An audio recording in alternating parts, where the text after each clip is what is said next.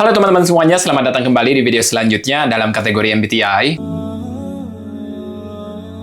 Setelah sebelumnya kita sudah beres dengan analisis cara penyampaian pesan dan kemudian alur komunikasi juga. Nah, di video kali ini pola ekspresi diri yang akan kita bahas yaitu pendekatan terhadap tujuan. Jadi yang dimaksud dengan pendekatan terhadap tujuan di sini, setiap orang itu ingin mencapai tujuan ya, tapi pendekatan kita terhadap tujuan itu berbeda-beda. Di sini ada dua pendekatan utama ya terhadap tujuan, yakni orang yang lebih fokus pada progres dan orang yang lebih fokus pada hasil. Dan perlu diketahui juga bahwa ini bukan soal cepat atau lambatnya ketika kita berbicara tentang tujuan ini, tetapi soal cara berpikir dan cara bergerak menuju tujuannya. Jadi di sini kita ingin mengamati apakah kita lebih fokus pada perjalanannya atau pada hasil akhir. Karena setiap orang itu pasti beda-beda prioritasnya. Dan perlu diketahui juga ini hanya kecenderungan dan pastinya ada yang sangat tipis perbedaannya. Kalau misalnya dalam introvert dan extrovert itu biasanya disebut dengan ambivert atau introvert. Kalau di sini tidak ada istilah khususnya. Tetapi pasti ada beberapa orang yang memang perbedaannya itu sangat tipis. Nah, sekarang kita lihat di sini tipe MBTI ya yang termasuk orangnya itu fokus pada progres. Yang pertama di sini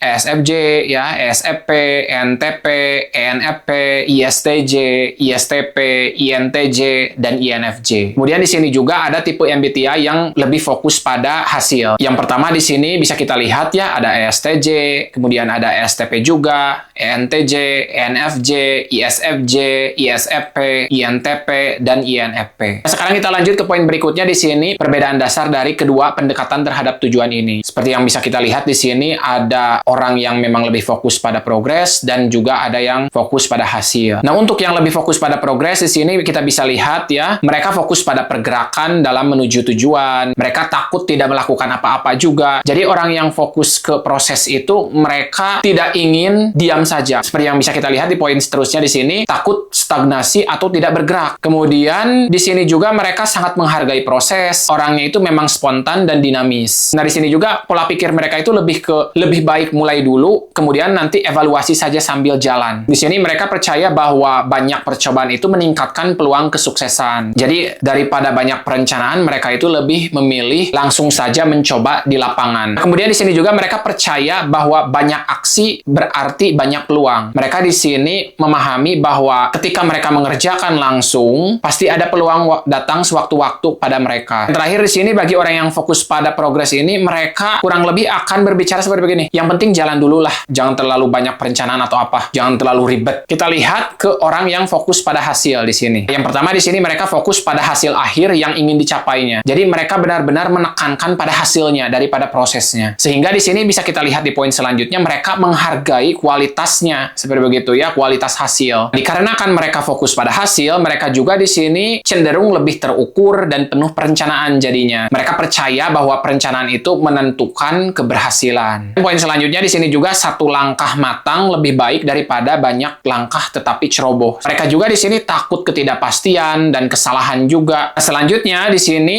mereka juga ingin hasil yang optimal dari percobaan pertama. Jadi karena mereka penuh perencanaan, ketika mereka mengerjakannya pun mereka harus memastikan bahwa hasil yang pertama itu sudah optimal. Jadi mereka mengharapkan hasil yang kedua bahkan lebih optimal lagi. Berbeda dengan orang yang cenderung lebih ke proses. Mereka lebih ke bereksperimen ya, mengambil peluang juga selama prosesnya. Sementara mereka yang fokus pada hasil akhir ini ya, mereka lebih memilih menunggu ya, fokus daripada gagal karena terburu-buru. Jadi di sini mereka lebih oke dengan menunda. Bagi orang yang lebih fokus ke hasil ini, mereka cenderung akan berbicara kurang lebih seperti begini ya. Pastikan benar dulu baru mulai. Nah, kemudian di sini juga kita lihat perbandingan contoh ujarannya ya. Yang pertama di sini orang yang fokus ke progres biasanya berkata, yang penting mulai dulu. Sementara orang yang fokus ke hasil itu ya jangan asal mulai saja lah. Kemudian selanjutnya di sini untuk orang yang fokus ke progres, bereskan sekarang daripada nunggu sempurna. Untuk orang yang fokus ke hasil, perencanaan matang dulu lah biar tidak buang-buang waktu nanti. Kemudian orang yang fokus progres juga di sini contoh selanjutnya, kalau tidak dimulai ya tidak akan selesai. Nah, untuk orang yang fokus ke hasil, mereka cenderung akan berbicara seperti begini. Ya jangan terburu-buru juga. Dan yang terakhir orang yang fokus progres, mereka akan cenderung berbicara kita sesuaikan sambil berjalan saja ya. Kemudian orang yang fokus ke hasil, mereka akan berbicara pastikan semuanya jelas dulu sebelum mulai. Jadi itulah kurang lebih perbedaan perbedaan dilihat dari contohnya. Sekarang kita maju ke poin berikutnya. Di sini konflik yang terjadi jika orang yang fokus pada hasil bertemu dengan orang yang fokus pada progres. Poin yang pertama di sini, ketika dua pendekatan ini bertemu, konflik sangat mungkin terjadi ya, bukan karena niat buruk, tetapi karena ketakutan dasarnya berbeda. Seperti yang bisa kita ketahui, untuk orang yang lebih fokus pada progres itu, mereka lebih takut tidak bertindak. Mereka sangat takut sekali dengan keadaan stagnan. Sementara untuk orang yang lebih fokus pada hasil itu, mereka sangat takut sekali jika tidak merencanakannya dengan baik. Jika mereka langsung turun ke lapangan, yang ada dalam pikiran mereka itu, mereka tidak ingin melakukan tindakan yang ceroboh. Mungkin saja itu bisa mempengaruhi reputasinya atau apa seperti begitu ya.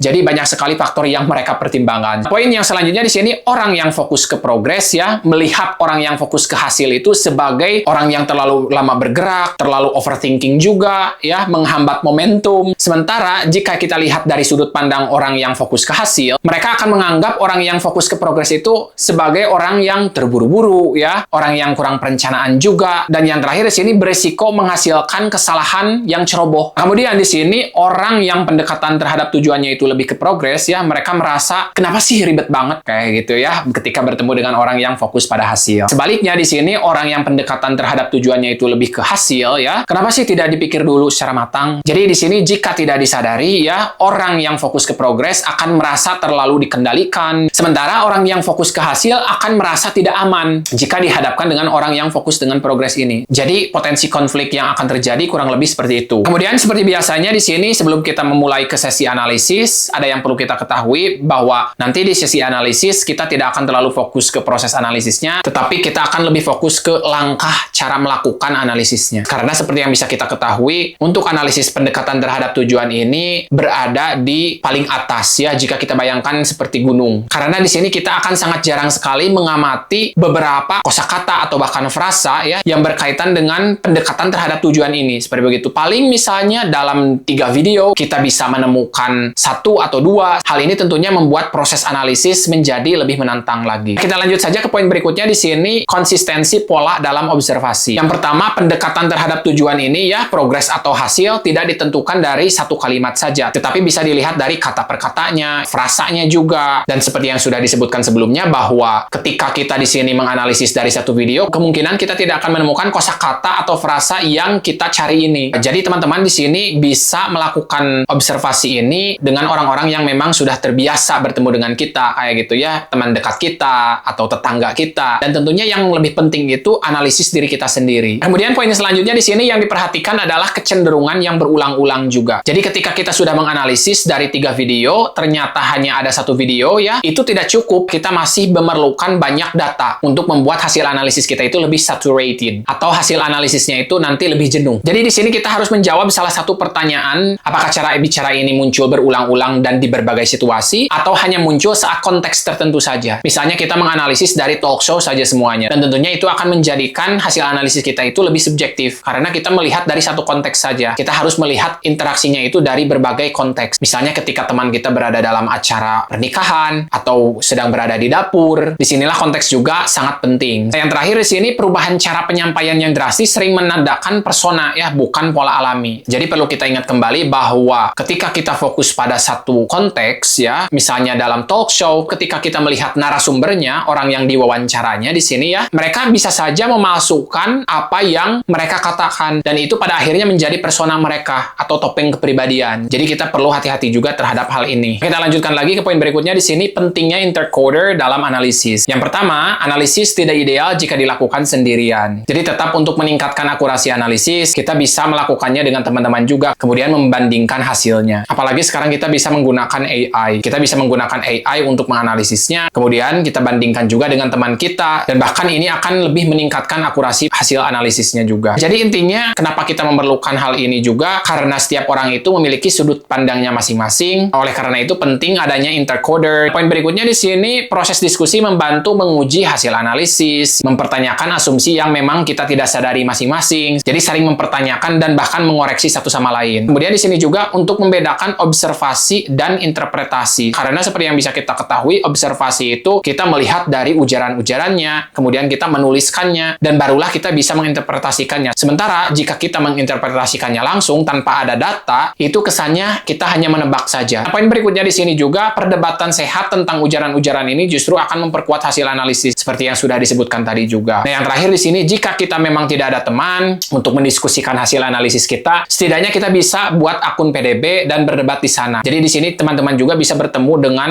orang-orang yang memang tertarik dengan tipologi, seperti begitu ya. Bukan hanya MBTI saja, tetapi misalnya ada Enneagram, Attitudinal Psyche ya, dan tipologi yang lainnya. Untuk websitenya bisa dikunjungi di sini ya. Kemudian untuk aplikasinya juga sudah tersedia di Google Play Store ya. Teman-teman juga bisa cek aplikasinya seperti ini kurang lebih ya. Nah, sekarang kita masuk saja ke sesi analisis ya. Nah, jadi untuk masalah analisis ya, untuk prosesnya itu sudah didemonstrasikan ya di video cara penyampaian pesan ya. Jadi teman-teman bisa mengecek video tersebut terlebih dahulu kalau misalnya belum mengetahui bagaimana proses menganalisisnya. Jadi kurang lebih seperti ini, kita bikin saja tabel ya.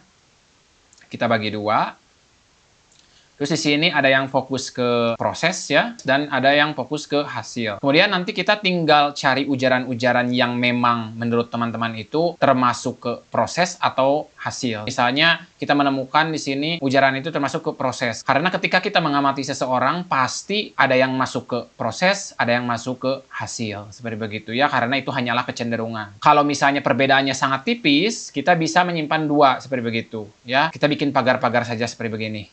Ya. Nah, selain itu juga ada alat yang mempermudah kita untuk melakukan proses analisis ini. Jadi kurang lebih proses analisis itu seperti begini. Tetapi perlu diketahui juga untuk pendekatan terhadap tujuan ini, karena memang dilihat dari lensa yang secara umum, jadi untuk ujaran ini memang sangat langka disebutkan oleh seseorang. Kita harus benar-benar cermat menyimaknya, dan tentunya kita harus mencampurkannya dengan analisis cara penyampaian pesan ya, dan juga alur komunikasi. Jadi jika ketiga ini digabungkan, kita bisa mempersempit hasilnya. Kalau misalnya kita menemukan si orang tersebut hasil analisis dari cara penyampaiannya itu eksplisit ya, kemudian alur komunikasinya itu lebih ke memulai, dan yang terakhir di sini pendekatan terhadap tujuannya itu lebih ke hasil ya, maka di sini teman-teman bisa menentukan tipe MBTI yang mana, dan hasilnya juga semakin dipersempit. Nah, kita lanjut saja bagaimana kita bisa menggunakan teknologi yang ada sekarang untuk mempermudah proses analisis kita. Nah, alat pertama di sini yang bisa kita terapkan yaitu menggunakan artificial intelligence terlebih dahulu ya. Di sini saya sudah ada prompt-nya, dan teman-teman juga tentunya bisa menyesuaikan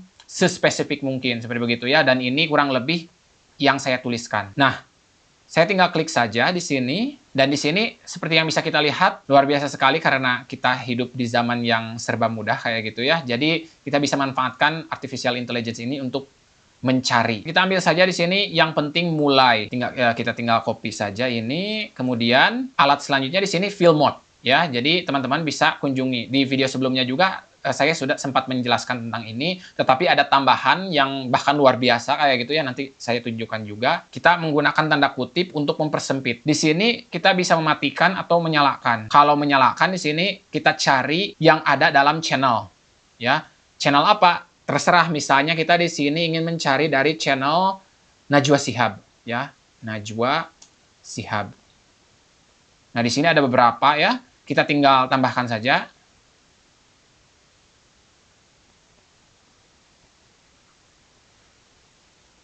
Kemudian di sini kita tinggal search automatic subtitle. Jadi subtitles itu ada yang manual, ada yang otomatis. Kalau yang otomatis itu biasanya yang dihasilkan oleh YouTube langsung. Ketika misalnya saya membuat video YouTube, otomatis YouTube juga menghasilkan subtitle otomatis dari bahasa Indonesia apa yang saya bicarakan. Sementara untuk manual itu ketika saya sudah mempersiapkan terlebih dahulu subtitlenya, kemudian saya tinggal menguploadnya. Tapi kita di sini yang otomatis saja, karena pasti yang otomatis itu banyak. Seperti yang bisa kita lihat di sini, inilah keterbatasannya ketika kita menggunakan teknologi. Jadi hasilnya juga memang dipersempit. Itulah alasannya kita harus mengamati langsung ketika misalnya teman-teman berbicara dengan tetangga atau misalnya teman dekat kita. Coba kita misalnya yang penting mulai. Nah, di sini hanya ada satu. Nyari-nyari, yang penting mulai nyari. Seandainya jika ini banyak kayak gitu ya hasilnya, yang penting mulai semuanya, kita bisa menggunakan board ini kayak gitu ya. Kita bisa menggunakan tabel ini, misalnya tadi kita tinggal tambahkan satu misalnya kayak gitu ya dari satu video tadi. Tetapi karena memang hasilnya terbatas, untuk yang penting mulai ini kita hanya menemukan satu. Kita bisa mencampurkannya dengan yang lain. Jadi semakin banyak, semakin kita bisa menambahkan ke sini. Nanti hasilnya kita bisa lihat lebih cenderung kemana Najwa Shihab itu. Dan yang menjadi peringatan juga di sini, ini kita melihat dari berbagai konteks tentunya, tetapi ini sebuah acara seperti begitu teman-teman ya.